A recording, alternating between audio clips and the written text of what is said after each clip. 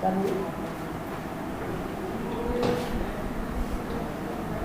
हूं डॉक्टर नीता आनंद। आज हम विदेशी सहायता के पक्ष में तर्क के बारे में चर्चा करेंगे। विदेशी सहायता ऐसी सहायता है जो विकासशील देशों एवं अल्पविकसित राष्ट्रों दोनों के लिए अत्यंत उपयोगी है। विदेशी सहायता के माध्यम से किसी भी देश में पूंजी का इनफ्लो होता है। पूंजी का इनफ्लो उस देश की पूंजी की आवश्यकता को पूरा करता है और पूंजी के द्वारा ही हम, चाहे एग्रीकल्चर का सेक्टर है, चाहे इंडस्ट्री है हमारी, चाहे सर्विस सेक्टर, तीनों का ही तेज़ी से विकास कर सकते हैं। तो विदेशी सहायता विकसित राष्ट्रों के पास अत्यधिक पूंजी इसलिए प्रदान की जाती है और अल्पविकसित देशों एवं विकासशील राष्ट्रों को पूंजी की आवश्यकता इसलिए उन्हें प्रदान की जाती है। बिना सहायता के कोई भी देश अपना विकास नहीं कर सकता, क्योंकि किसी भी अल्पविकसित देश एवं विकासशील देश के पास में इतने पूंजीगत साधन उपलब्ध नहीं। विदेशी सहायता के पक्ष में जो पहला तर्क है वो तीव्र आर्थिक विकास है। किसी भी देश को अपना आर्थिक विकास करने के लिए, आर्थिक विकास में तेज़ी लाने के लिए विदेशी सहायता की आवश्यकता होती है। विदेशी सहायता के माध्यम से उस देश में पूंजी आती है और पूंजी से कृषि क्षेत्र का विकास किया जा सकता है, उद्योग धंधों का विकास किया जा सकता है। जितनी भी सेवाएं हैं जिसमें शिक्षा, स्वास्थ्य, सड़कें, पानी, बिजली, इनका भी बहुत तेज़ी से विकास किया जा सकता है। और विदेशी सहायता का आपको पता है कुछ भाग ऋण के रूप में होता है, जिसको हमें लंबी अवधि तक धीरे धीरे चुकाना होता है। तो इसलिए हमें विदेशी सहायता को पुनर्भुगतान की चिंता करने की आवश्यकता नहीं रहती है और विदेशी सहायता किसी भी देश के तीव्र आर्थिक विकास में सहायक होती है। विदेशी सहायता के पक्ष में दूसरा जो तर्क है वो है प्राकृतिक साधनों का विदोहन। प्राकृतिक साधन वे साधन होते हैं जिनको हमें प्रकृति के द्वारा दिया गया है। पानी है, हवा है, ऑक्सीजन है, आपके खाने हैं, खनिज पदार्थ हैं, कृषि भूमि है, ये सब प्राकृतिक साधनों में शामिल होते हैं। विदेशी सहायता यदि प्राप्त हो जाती है तो हम अपने प्राकृतिक साधनों का सही तरीके से विदोहन कर सकते हैं। यदि हमारे पास में पूंजी नहीं है तो हम प्राकृतिक साधनों का विदोहन करने में सफल नहीं हो पाते। जैसे मान लीजिए हमारे पास में पानी उपलब्ध है, बहुत सारी नदियाँ हैं भारत में, लेकिन उस पानी को रोकने के लिए हमें डैम्स की आवश्यकता है, बांधों की आवश्यकता है।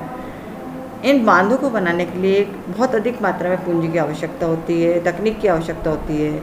ये हम विदेशी सहायता इससे ही प्राप्त कर सकते हैं और अपने देश में नदियों के पानी को रोककर सिंचाई में काम ले सकते हैं, उससे बिजली का उत्पादन कर सकते हैं। अन्यथा ये सारा पानी बहकर व्यर्थ चला जाता है और इसका कोई भी उपयोग नहीं होता है। तो विदेशी सहायता के माध्यम से हम अपने प्राकृतिक संसाधनों का अनुकूलतम उपयोग कर सकते हैं। विदेशी सहायता के पक्ष में तीसरा तर्क है विदेशी विनिमय का संकट। विदेशी सहायता हमको विदेशी विनिमय के संकट से उबारने में भी मददगार साबित होती है। आप विदेशी विनिमय को यहाँ पर विदेशी मुद्रा भी कह सकते हैं। विदेशी मुद्रा वह मुद्रा होती है जिस देश से हम माल खरीदते हैं, हमें उसी देश में भुगतान करना पड़ता है।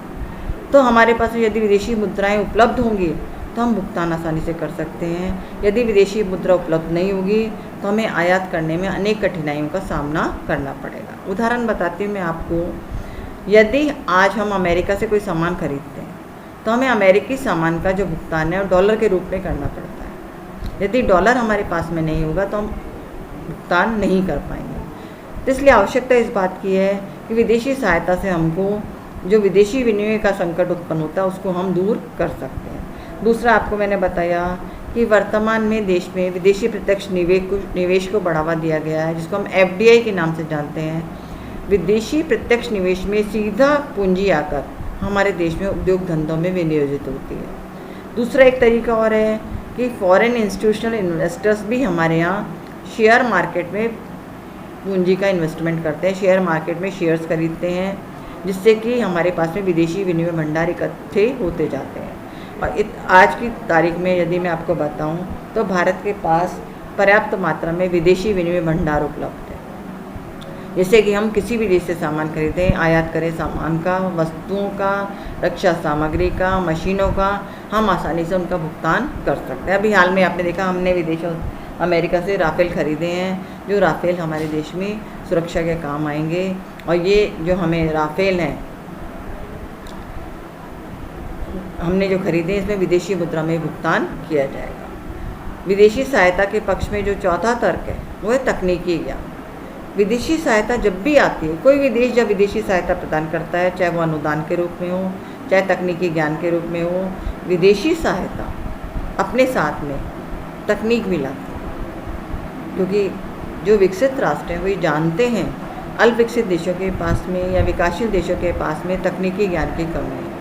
तकनीकी ज्ञान न होने के कारण हमारे उद्योग धंधे आज भी विकसित नहीं हो पाए। तो जब भी हमको विदेशी सहायता प्राप्त होती है तो उसके साथ साथ हमें यह भी फ़ायदा होता है कि हमें उस देश से तकनीकी ज्ञान भी प्राप्त होता है। अब हमारे यहाँ राफेल आए हैं तो राफेल के साथ साथ उस देश के इंजीनियर्स भी आए हैं जो हमारे यहाँ के पायलट्स को ट्रेनिंग देंगे किस प्रकार से राफेल को संभाला जाता है, कैसे मेंटेनेंस किया जाता है, कैसे उसको उड़ाया जाता है। तो इससे हमारे पास में जो भी मशीनें आती हैं, ये तो सुरक्षा से संबंधित है, कोई उद्योगों की मशीनें भी आती हैं तो उनका भी हम सही तकनीकी ज्ञान का उपयोग कर सकते हैं और नवीनतम तकनीक की जानकारी विदेशों से प्राप्त कर सकते हैं। पांचवा हमारी विदेशी सहायता के पक्ष में तर्क है मुद्रास्फीति पर नियंत्रण। जब हम अपने देश में उत्पादन करते हैं, उत्पादन कम होता है क्योंकि विकासशील देशों के पास में या अल्प विकसित देशों के पास पूंजी की कमी है। जब उत्पादन कम होता है तो वस्तु का मूल्य धीरे धीरे बढ़ने लगता है क्योंकि मांग तो निरंतर बढ़ रही है। ऐसी स्थिति में यदि किसी देश को विदेशी सहायता प्राप्त होती है, नए उद्योग धंधे लगाए जाते हैं, वस्तुओं के उत्पादन को बढ़ाया जाता है, तो निश्चित रूप से वस्तुओं के मूल्यों को कम करने में मदद मिलती है और इससे मुद्रास्फीति पर भी नियंत्रण पाया जा सकता है। विदेशी सहायता के पक्ष में छठा प्रमुख तत्व है भुगतान असंतुलन के सामने को दूर करना। भुगतान संतुलन क्या होता है पहले हम ये जान लें। किसी भी देश के जो निर्यात होते हैं उनका आयातों से संतुलन ही भुगतान संतुलन। आयात और निर्यात के मध्य जो अंतर होता है उसको भुगतान संतुलन के नाम से जानते हैं। यहाँ हम बात करें भुगतान असंतुलन की। यदि किसी देश के आयात अधिक होते हैं और निर्यात कम होते हैं तो उस देश का भुगतान असंतुलित होता है, प्रतिकूल होता है। ऐसी स्थिति में हम किस प्रकार से भुगतान संतुलन को अनुकूल अवस्था में लाएं, विदेशी सहायता हमारे लिए मददगार साबित हो सकती है, हमें मदद कर सकती है। विदेशी सहायता के माध्यम से हम जिन वस्तुओं का आयात करते हैं, क्योंकि आयात हमारे ज़्यादा है, जिन वस्तुओं का हम आयात करते हैं उनसे संबंधित उद्योग धंधे अपने देश में ही लगा सकते हैं। जब उद्योग धंधे लग जाते हैं तो वस्तुओं का आयात अपने आप ही कम हो जाता है और उस देश का भुगतान संतुलन अनुकूल अवस्था में आ जाता है। विदेशी सहायता के पक्ष में सातवां प्रमुख तत्व है रोजगार में वृद्धि। विदेशी सहायता के पक्ष का जो ये सातवां तर्क है ये बहुत ही इम्पॉर्टेंट है। जब विदेशी पूंजी आती है, किसी भी देश में विनियोजन बढ़ता है तो निश्चित रूप से उस देश के रोजगार में वृद्धि होती है क्योंकि जब उत्पादन बढ़ेगा, लोगों को काम पर लगाया जाएगा, श्रमिकों को काम पर लगाया जाएगा, इंजीनियर्स लगाए जाएंगे, ऑफिस स्टाफ होगा, तो निश्चित रूप से रोजगार में वृद्धि होगी। और जब किसी देश के रोजगार में वृद्धि होती है तो इसका बहुत अच्छा प्रभाव उस देश की अर्थव्यवस्था पर पड़ता है। रोजगार के बढ़ने से उस व्यक्ति का आय बढ़ जाती है, आय बढ़ने के साथ साथ उसका उपभोग भी बढ़ता है, वो बाज़ार जाएगा, सामान खरीदेगा, व्यापारिक गतिविधियाँ भी तेज होंगी। प्लस जब व्यक्ति की आय बढ़ती है तो उसकी बचत करने की क्षमता भी बढ़ जाती है और बचत जब करेगा तो देश में पूंजी निर्माण की दर भी बढ़ जाती है।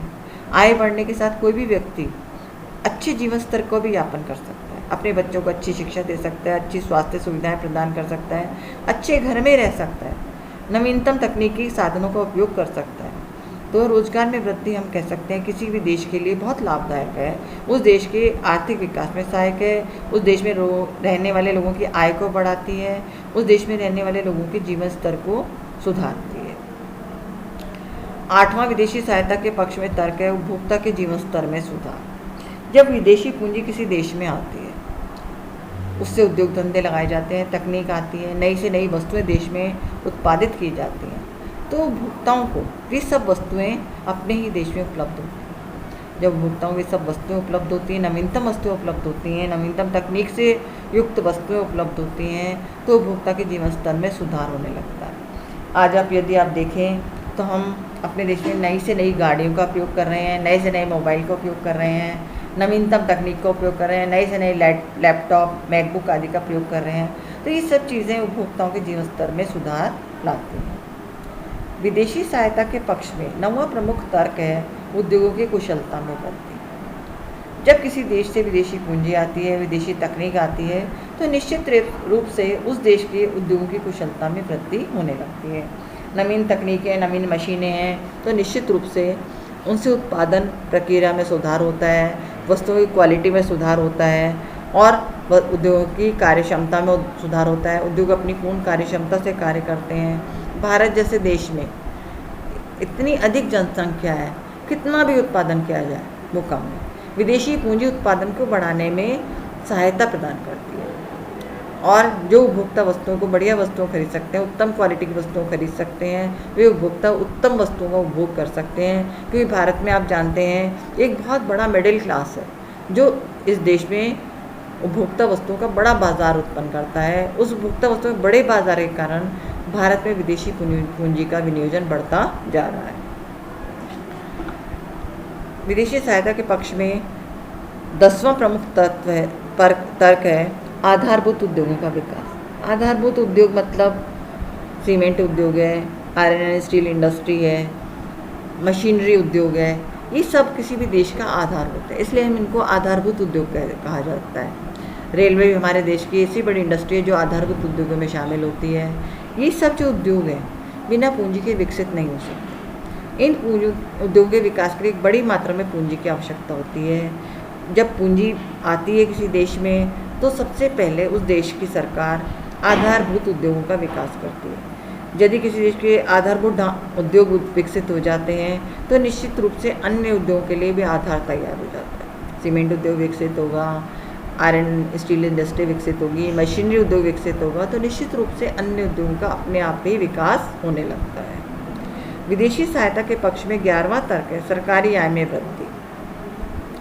इसमें मैं आपको बताना चाहती हूँ, सरकारी आय जब बढ़ती है जब करों की दर में वृद्धि होती है और जब किसी देश में कृषि का विकास होता है, उद्योग धंधों का विकास होता है, नए उद्योग धंधे खुलते हैं, नवीन पूंजी का विनियोजन होता है, तो निश्चित रूप से कर की दर मात्रा में भी वृद्धि होती है।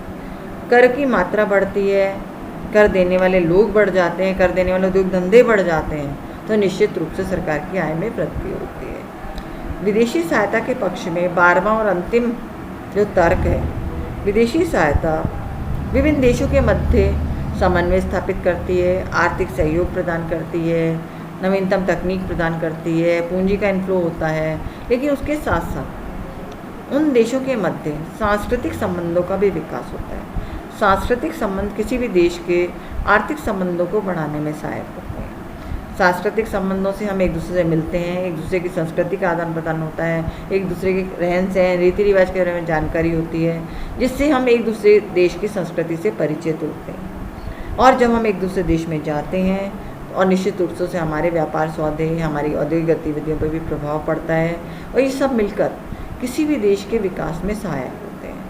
अब हम अमेरिका जाते हैं, आप देखिए आजकल कोरोना काल है, कोरोना काल में सभी देशों ने हाथ मिलाना छोड़ दिया। हाथ मिलाने की बजाय सब देश नमस्ते को अडॉप्ट कर लिया। नमस्ते जबकि भारत की टर्म है, भारत में हम एक दूसरे को ग्रीट करने के लिए, एक दूसरे का सम्मान करने के लिए नमस्ते करते हैं। अब लेकिन कोरोना काल में सब लोग हाथ नहीं मिलाते हैं और एक दूसरे को नमस्ते करते हैं। तो ये सांस्कृतिक संबंधों का विकास है और एक दूसरे के साथ मिलने से एक दूसरे देश के मध्य समन्वय की भी स्थापना होती है, आपसी सौहार्द भी बढ़ता है और इससे लोगों का आना जाना भी आसान होता है और उसके बाद में व्यापारिक संबंधों का भी विकास होता है। ये आपकी विदेशी सहायता के पक्ष में तर्क थे।